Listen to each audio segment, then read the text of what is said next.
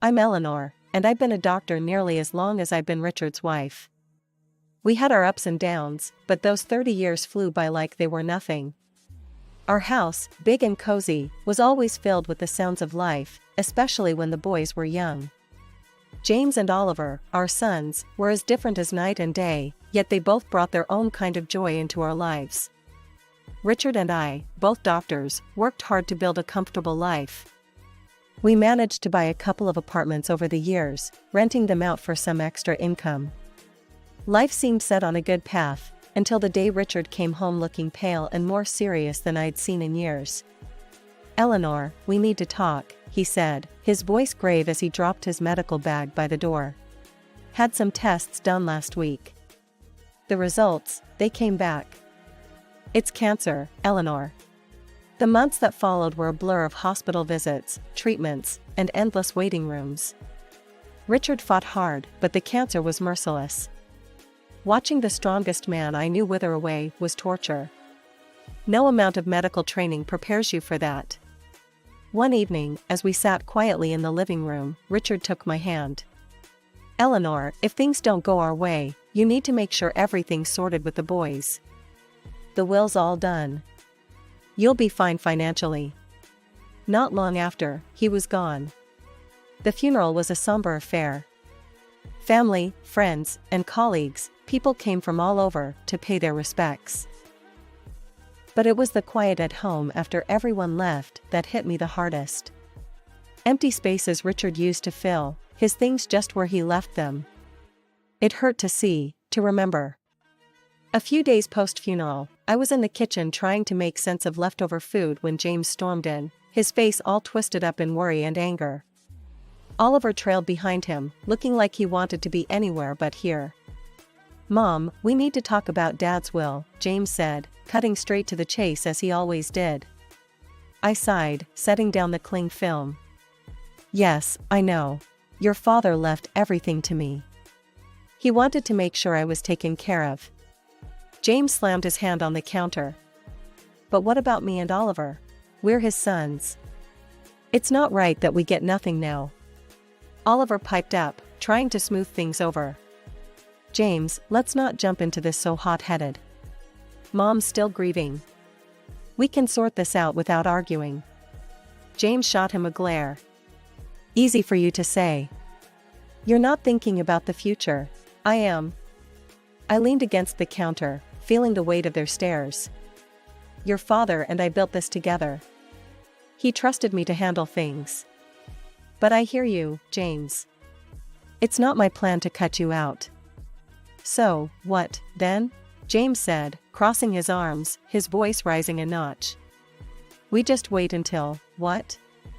You think it's a good time to give us our share?" "James, watch your tone," I snapped, my patience fraying. "I am still your mother."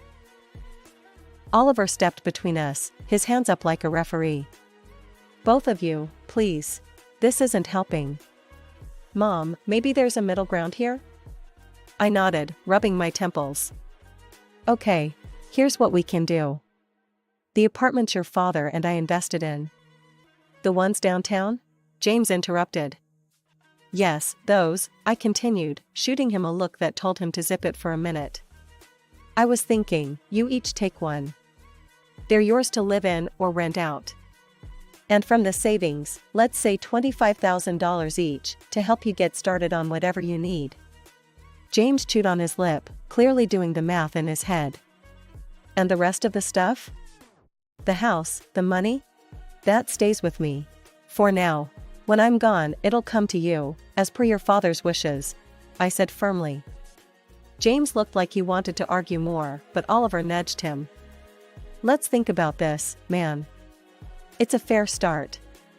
Mom's not leaving us in the cold." James finally nodded, tight-lipped. "Fine. But I want this in writing, Mom. No more surprises." Of course, I agreed. "We'll get everything documented properly." As they left the kitchen, I could hear Oliver hissing at James. "Give her a break, will you? She's doing her best." James muttered something under his breath I couldn't catch, and I didn't really want to. As I washed up the dishes, I wondered if Richard could see us, and what he'd think. I hoped I was doing the right thing, but only time would tell. And time, that tricky thing, wasn't always a friend. It was a sunny afternoon, a rare kind that makes everything seem alright, when James brought Isabella over to meet me for the first time. They hadn't been dating long, but James was already head over heels. You could tell by the way he was fussing over her, which wasn't like him at all. They walked in, and right off the bat, Isabella had this air about her, like she owned the place. Dressed to the nines, she breezed into my living room with barely a hello, her eyes scanning everything. "Nice place you've got here," she said, flipping her hair back as she sat down without waiting for an invitation. James was grinning like a fool beside her. I forced a smile, trying to be the good host. "Thank you, Isabella. Can I get you anything? Coffee, tea?" "Coffee sounds lovely," she replied, then turned to James. "Babe, make sure it's black, no sugar." James nodded and headed to the kitchen. That left me alone with her, sitting in my own living room, feeling like the guest. The silence was awkward until she broke it. "So, James tells me you're pretty well off," she started, eyeing the decor. "I'm used to a certain standard, you know? My parents made sure of that." "That's good to hear," I said, not sure what else to add. James came back with the coffee and handed Isabella her cup. She took a sip and made a face. It's all right. Anyway, we've been discussing our future together. Planning ahead, you know?" "That's wise," I said, glancing at James, hoping he'd give me some clue about where this conversation was heading. Isabella set her cup down. "Yeah, and speaking of planning, we were thinking about the wedding. You know I want something special, James has probably told you. I saw this place, perfect for a rehearsal dinner, but it's a bit pricey. It's about $30,000. I choked on my coffee. $30,000? Just for the rehearsal dinner? James jumped in. "Mom, it's important to Bella. We want to start things off right." I put my cup down, feeling a storm brewing inside. "Look, that's a lot of money for a dinner, Isabella. We need to be reasonable." Isabella's face hardened. "Reasonable? James says you have the means. I don't see why we should compromise on something that important." James was nodding along with her, but I could see the unease in his eyes. He knew he was asking too much.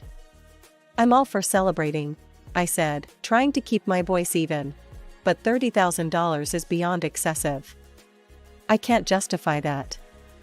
Isabella stood up, her chair scraping loudly against the floor. "I'm not used to compromising on my standards, Elanor. I was clear with James that I expect a certain lifestyle." James tried to smooth things over. "Mom, maybe we can find a middle ground?" "There's no middle ground on $30,000 for a dinner, James.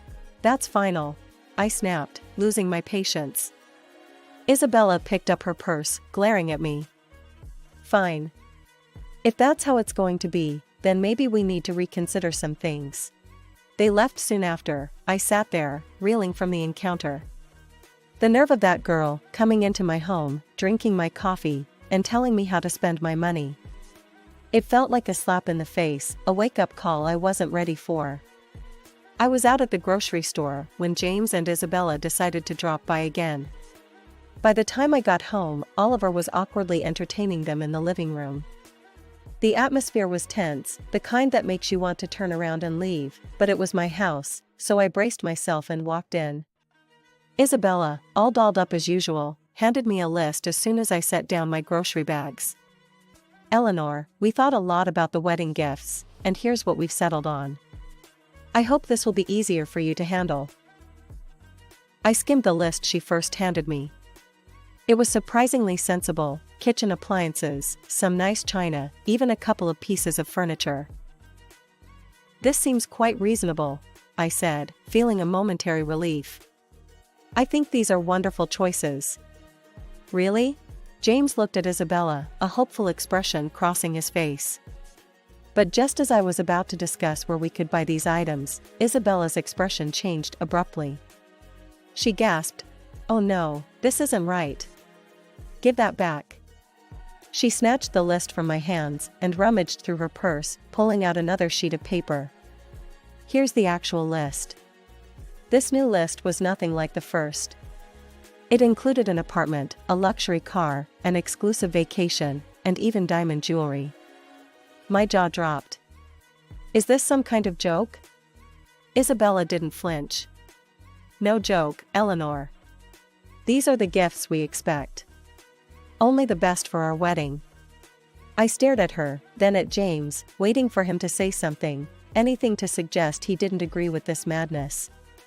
But he just stood there, looking between us, clearly conflicted but silent. I couldn't hold back. "James, why are you letting her do this? You know this is unreasonable." Isabella cut in, her voice rising. "This doesn't concern you, Elanor. You just need to pay up and keep quiet." That's when Oliver stood up, his face set hard. "That's enough, Isabella. You're not going to talk to our mom like that. This is her house, and you're way out of line. You need to leave. Now." The room was thick with tension as James and Isabella gathered their things. Isabella was muttering under her breath, clearly angry. "This is ridiculous. We'll remember this." They left, and the door slammed shut behind them. Sitting down, I felt the weight of the whole situation pressing down on me. Oliver sat beside me, putting an arm around my shoulders. "We'll figure this out, Mom. But you can't let them bully you into giving more than you can, or should. It's not right." He was right, of course. But as I sat there with my son, I couldn't help but worry about James. How had things gotten so out of hand? How could he not see what this was doing to our family? The silence that followed was filled with unsaid worries and fears for the future. I knew then that this was far from over. It was only going to get tougher from here. The weeks that followed were a constant barrage of phone calls from James. Each one was more demanding than the last, his tone desperate, almost frantic at times. "Mom, you don't understand. I can't look poor next to Bella's family," he'd argue, his voice cracking with stress. "You have the money. Why can't you just help me out here?" I sat at the kitchen table, phone pressed against my ear, feeling a knot in my stomach. "James, it's not about the money. It's about living within your means. Bella's expectations, you can't sustain that, not without going into serious debt." He'd scoff, his frustration boiling over. "What do you know about it? I'm not going to live like a beggar. I need more from the inheritance, now." The demand stung. "James, I've offered to cover half the wedding costs up to $15,000 and give a $5,000 gift. That's more than generous. Everything has to be agreed upon with me, though. No surprises." There was a pause, then a sharp laugh from him. "That's nothing. You're just being stingy. You have $1 million sitting there. Why are you holding out on me?" "Because it's not just about the money," I replied, my patience wearing thin. "It's about not feeding into this fantasy that's going to ruin you."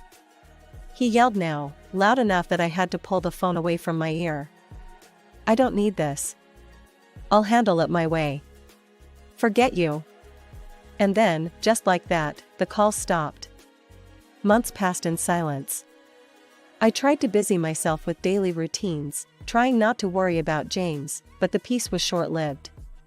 The phone rang one afternoon, and it was my sister-in-law, Anita. "Elanor, I thought you should know." Anita's voice was hesitant, careful. "James is flying all the wedding guests to Hawaii. He sold his apartment to fund it. And he expects you to get there on your own. He mentioned you weren't interested in helping, so..." I hung up, a mix of anger and sorrow churning inside me. How could he be so reckless? Before I could process it all, Oliver came into the room, his expression grim. "Mom, there's something you need to hear." I recorded their conversation when they were sitting here in the living room. He handed me an audio recorder. I pressed play, and the voices of James and Isabella filled the kitchen.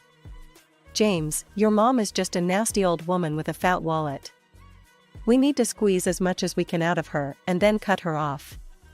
James's voice responded, chillingly agreeable. Whatever it takes, Bella. I'm not going to let her control us. If it comes down to it, I'll kick her out in her underwear. I turned off the recorder, my hands trembling. To hear my own son speak like that about me, his mother, it was too much. The room spun as I tried to comprehend the depth of his betrayal. Flying to Hawaii was a decision I didn't make lightly. Oliver was by my side, both of us tense but determined to face whatever awaited us. When we landed and approached the venue, I was taken aback by the sheer opulence of it all. Flowers everywhere, lights strung like stars across the evening sky, and music floating in the air. As we walked into the gathering, I spotted James and Isabella mingling with guests. They looked like a picture-perfect couple, all smiles and laughter. My heart ached to see my son so lost in this fabricated paradise. Before I could take another step towards them, Isabella spotted us. Her smile vanished, replaced by a scowl as she marched over, her high heels clicking angrily against the stone pathway. You shouldn't be here, she hissed, stopping just inches from me, her voice loud enough to draw attention. This is my day, and you're not welcome. I was stunned, but before I could respond, her parents, who had overheard, came over. Her father, a tall, stern-looking man, spoke first. Isabella, that is no way to speak to your guest, much less to James' mother. His tone was harsh, a reprimand that made her cheeks flush with embarrassment. Her mother, looking equally appalled, turned to me with an apologetic smile. Elanor, please, come with us. Let's find you a place to sit. They guided us away, leading us to a table at the edge of the setup, clearly an afterthought with no proper setting. The ceremony started soon after, with speeches that felt hollow given the tension. Then, unexpectedly, I was handed the microphone. I stood, my legs shaky, but my resolve firm. I came here today to wish my son and his new wife a happy future, I began, my voice steady despite the trembling inside.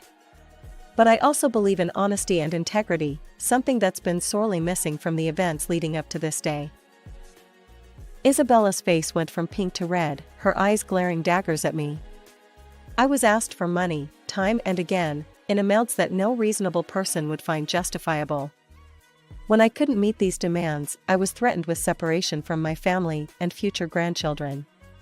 My voice cracked a bit, but I pressed on. Oliver, seeing my distress, stepped closer, placing a supportive hand on my shoulder. I nodded at him, then turned on the audio recording he had made. Isabella's voice filled the air, cold and calculating, discussing how they would milk more money from me. James' voice agreed, saying he was prepared to leave me with nothing for the sake of his bride. The crowd murmured, the air thick with shock and disapproval. I turned off the recorder, the silence heavy. I gave my son an apartment and $25,000, and yet, it was never enough. Today, I'm making it clear, I will not be treated as an ATM or threatened. I am disowning James and Isabella. I wish them well, but from this day forward, I am choosing to remove myself from their lives. The reaction was immediate. Isabella screamed, her voice shrill and wild. You've ruined my wedding. I curse you. After everything that had happened, coming back home was bittersweet. In the quiet, I made a decision that startled even me. I quit my job. I'd spent years healing others as a doctor, but now, it was time to heal myself and rebuild the life that the recent storms had scattered. Oliver, bless his heart, had just graduated from art college and was brimming with ideas and ambition. With the $25,000 I had given him, he opened his own tattoo parlor. It wasn't just any shop, it quickly became a place where art and skin met in stunning displays. Oliver poured his soul into his work, and it paid off. He started entering tattoo contests, and soon enough, his name was on every local's lips. Before we knew it, he was opening more locations, creating a network of salons that became a hotspot for tattoo enthusiasts. I'd watch him sketch late into the night, his dedication a stark contrast to the chaos his brother had chosen. You're doing amazing, Ollie, I'd say, pride swelling in my chest. It was during these calm months that James reappeared. One afternoon, he showed up at the door, his eyes tired, his shoulders slumped, so different from the ambitious, sharp man he once was. "Mom, I need to talk," he said, not waiting for an invitation to sit. His voice was weary, a far cry from the demanding tone I'd grown accustomed to. I sighed, motioning for him to continue. "What is it, James?" "It's Bella, she's driving me insane. Wants more and more, nothing's ever enough. I got a second job, but it's still not enough for her." His words were desperate, but they couldn't erase the past so easily. "James, I warned you. I told you, living like that, with someone like her, it's unsustainable." He rubbed his face, frustration clear. I know you did, but I thought." His voice trailed off, hopelessness taking the place of explanation. "Thought what? That money would just appear because you wanted it to?" My tone was harsh, but years of pent-up frustration made it hard to soften it. "Look at your brother. He started with the same amount and made something of himself without stepping on others." James bristled. "Yeah, well, not everyone's like Oliver, are they? I have rights to the inheritance too, remember? And when you're gone, it'll come to me." That was the last straw. "Get out, James," I said, my voice cold, resolute. "And don't come back. Not this time. You chose your path." His jaw tightened, and for a moment, I thought he might argue more. But then he turned and walked out, the door slamming shut behind him. As I stood in the silence that followed, Oliver came downstairs, having heard the last part of our exchange. "Are you okay, Mom?" I nodded, wrapping my arms around him. "I am now. Thanks to you. Let's just focus on the good we can do, on the life we can build." He hugged me back, his presence a comforting assurance that not all was lost. In that moment, I knew that despite the heartaches, the journey was still worth it. We had each other, and that was enough to keep moving forward. After the storm had passed with James, our home settled into a calm I hadn't felt in years. It was during this quiet period that Oliver brought someone special home. Her name was Sarah, and she was everything Isabella wasn't: kind, humble, and genuinely caring. As the weeks turned into months, their relationship grew stronger, and soon they announced their engagement. The wedding, unlike the extravagant affair that was James, was a simple, heartfelt ceremony in our backyard. Flowers from the garden, homemade decorations, and a small group of close friends and family made the day perfect. During the reception, I pulled Oliver aside. "You've chosen a wonderful woman," I said, my voice thick with emotion. He squeezed my hand. "I learned from the best," he replied, giving me a knowing look. Life moved quickly after that. They sold the apartment I had given Oliver, adding a bit of their savings to buy a small, cozy house just a few miles away. One sunny afternoon, while we were having tea in their new living room, Sarah shared some news. "Elanor, we're expecting twins," she announced, her eyes shining with excitement. I nearly dropped my cup, overwhelmed with joy. "Twins? Oh, my goodness, that's wonderful." Oliver beamed, his pride evident. "We wanted you to be the first to know." "We're really happy, Mom." "Twins," I repeated, letting the words sink in. "Grandchildren." It was a new chapter, one I was eager to start. As for James, news from him was sparse. The last I heard, he had divorced Isabella. She had taken nearly everything in the split, leaving him to start over in another city. Despite the pain he had caused, it hurt to know he was out there somewhere, struggling because of his choices. One evening, as I sat looking through old photo albums, Oliver came and sat beside me. He noticed a picture of James and me from years ago. "Do you ever hear from him?" he asked softly. I shook my head. "No. After everything, he's chosen his path, and I have to respect that, even if it breaks my heart." Oliver put an arm around me. "He's still my brother, Mom. Maybe one day, he'll come around." "Maybe," I agreed, not really sure if I believed it. "But for now, we have plenty to keep us busy, especially with those twins on the way." Oliver chuckled. "Yeah, you're about to be the busiest grandma in town." We both laughed, the sound filling the room with warmth. Despite the past, despite the mistakes and heartaches, this moment, here with Oliver, felt like everything was exactly as it should be. Life was moving on, and so were we, with new hopes and dreams just on the horizon.